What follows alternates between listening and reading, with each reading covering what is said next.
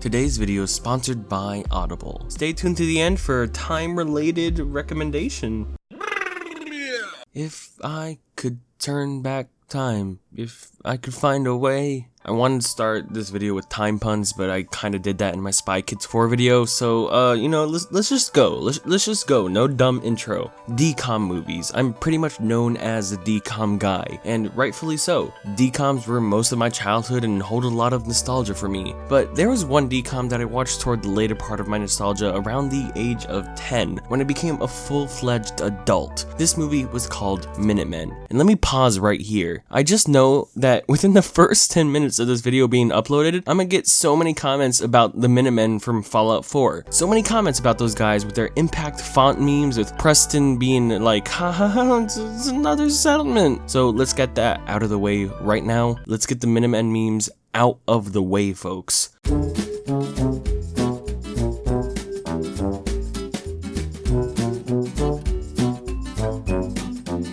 Minutemen is a 2008 Back to the Future reference starring many people from your childhood. You got Jason Dolly from Hatching Pete and Good Luck Charlie, you got Nicholas Braun from Sky High, and you got Luke Benward, who, okay, look at him now. This man went from this to this. This is the same person. I just want that glow up to sink in for, the fact that this is the exact same person. It blows my mind. He went from this to this.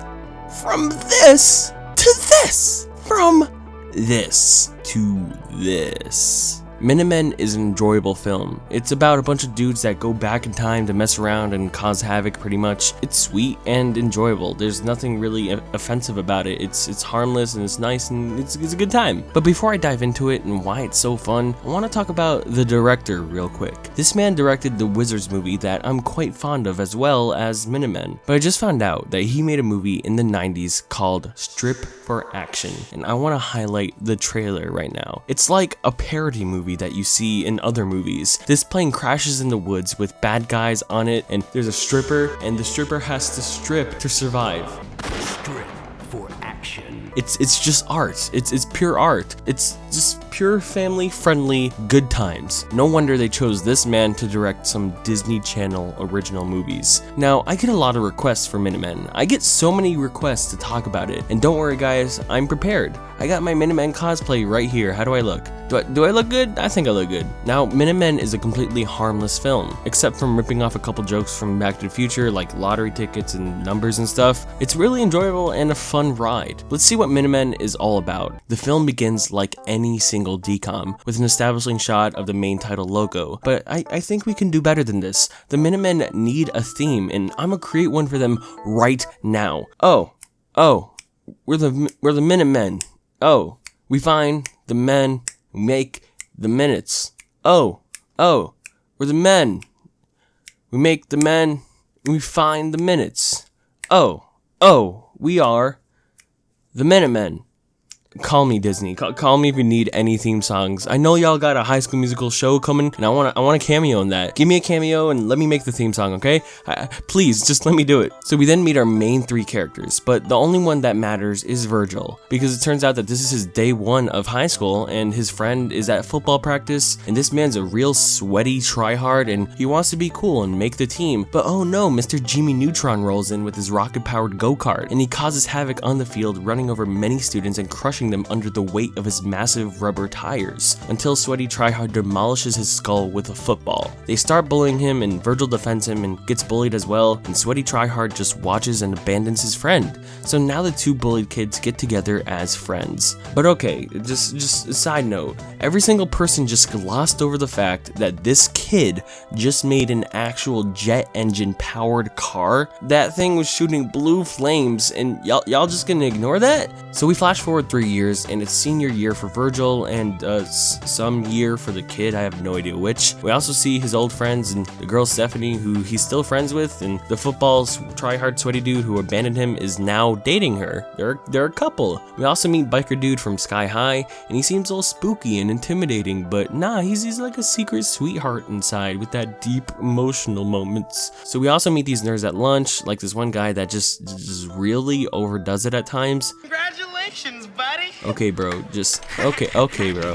There's also quirky RAR XD girl that has a crush on the bowl cut kid, and she doesn't really have a character except to just help them. Bowl-cut kid later takes Virgil to a secret experiment and tells him that he's now discovered how to do time travel. This kid, for some reason, is just a genius. And okay, I loved this when I was a kid. I love how this random kid just shows up the world by being an absolute genius for no reason. It made me feel like I could actually accomplish something as a child. The two decide to experiment with this theory of time travel and recruit the scary guy because it's convenient. So we already got our Minutemen. Boom! The team is together. We also meet Nerd, who is in a vending machine, and this principal guy just doesn't care. That's his character. He doesn't really care. The Men of Minutes is having a building montage of the most cheesy 2000s song ever made by Ali and AJ. I'm not gonna play it for copyright reasons, but it's the one that goes, whoa, whoa, whoa. They build a facility in a small part of school, which this always happens. No one keeps track of the rooms in their own school in movies, and they always have the science nerds just hosting complete meth labs and stuff. Like, my high school was one tiny building,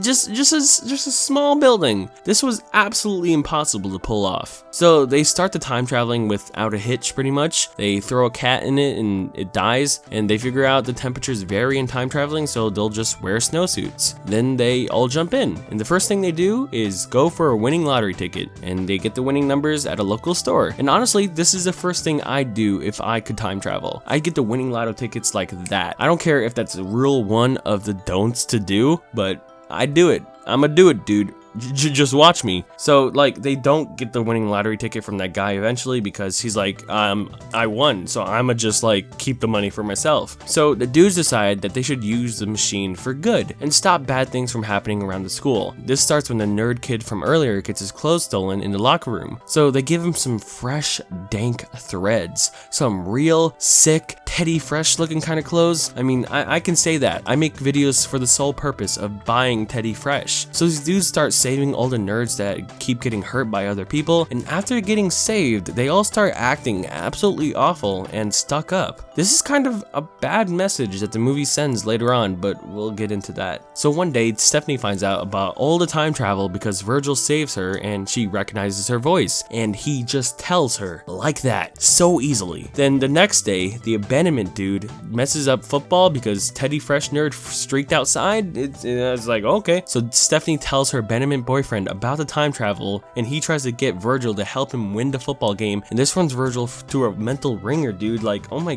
god, there's just too much drama. Abandonment guy is a real user kind of guy, a real only needing you when you have something to give him kind of guy. So he helps him, and they party, and almost instantly Virgil finds out that he cheated on Stephanie with another girl. Also side note, I'm doing this narration recording right now, and it's a whole thing about time travel, and in the background I just have the episode from Phineas and Ferb that had time travel in it. It's actually like really spooky. That just came on TV like randomly. I didn't put that on or anything. I'm actually shocked. Stephanie finds out about this, and then later the abandonment dude asks for Virgil's help so that she never finds out about it. It's big messed up, dude. At some point the FBI comes in and is like, hey, stop using the time machine. This is breaking the world. And the kid is like, world is already breaking. We gotta unbreak it. And then they create a mission to unbreak the world with one last mission. But they don't do it until after the school dance, of course. That's just how movies work. So Virgil goes with Stephanie to school dance, and abandonment guy tries to take him away to get him to help him. He's like, nah fam, I can't. You're a jerk. So that plot thread is resolved just like that, and the team goes to save the world. Yeah, this kind of all happens really fast. They save the day really fast without issues, and Virgil gets the girl, and everyone stays friends. And that's Minutemen. Oh, we're the Minutemen. Ooh. The movie is fun, but it's short. The pacing ranges from enjoyable good times to just wait,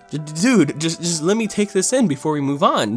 Wait, I think this movie could have benefited from a live action show rather than just a movie. It has a potential for it because there's a lot of things trying to be like told here. A lot of plot threads with Stephanie and Virgil just happen really fast. They give them a lot of moments to just talk about childhood together, but then this is at the expense at the other people in the group because you barely see them in the movie. Legit, the main smart kid who does all the time travel and inventing and is just a genius is barely in the film, and they make a big effort for the Sky High guy to be like secretive and deep inside, but he barely gets screen time. I just think that too much time is focused on Virgil. Sure, he's a good part of the movie, but it's Minutemen, not Minuteguy. The most fun aspect of this movie is, of course, the time travel. Growing up with this was an absolute blast. I would run theories in my head of what I would do if I could do this in high school. Maybe ace that one test that bugged me growing up, or not punch that one annoying kid in the face, or just not be an actual lazy dude with no ambition. Ooh, that seems like a good one. The biggest issue with Minutemen is how when they save the nerds or anyone,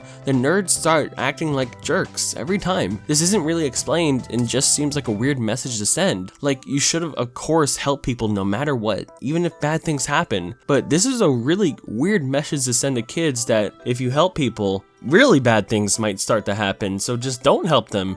That's not good. Like, dang, I don't want to leave these dudes out in the ringer. It just seems like maybe I shouldn't listen to this movie. I should just enjoy it, but I shouldn't listen to it. But you know what I should listen to? Some audiobooks from Audible. If you go to audible.com/24framesnick or text 24framesnick to 500 you can get a free audiobook, 2 free Audible originals, and a 30-day free trial. That's like a lot for doing like so little. Audible has an unmatched selection of audiobooks ranging from comedy to new audio shows and more from leading audio publishers and entertainers. I bet this is how that kid in Minutemen got so smart. He definitely 100% listened to some audiobooks from Audible. I recommend the audiobook The Time Machine by H.G. Wells. It's a really great listen, especially with the most smooth narration voice possible. I've been listening to it just while driving and I really enjoy it a lot. So if you go to audible.com/24framesnick or text 24framesnick to 500 you can get a free audiobook, 2 free Audible originals, and a 30-day free trial, dude. Start listening to some great stuff today. It just might help you invent time travel.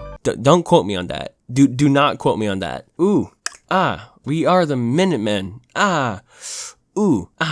are the men of minutes. Yeah, we are the Minutemen. Ooh, Minutemen. Yeah.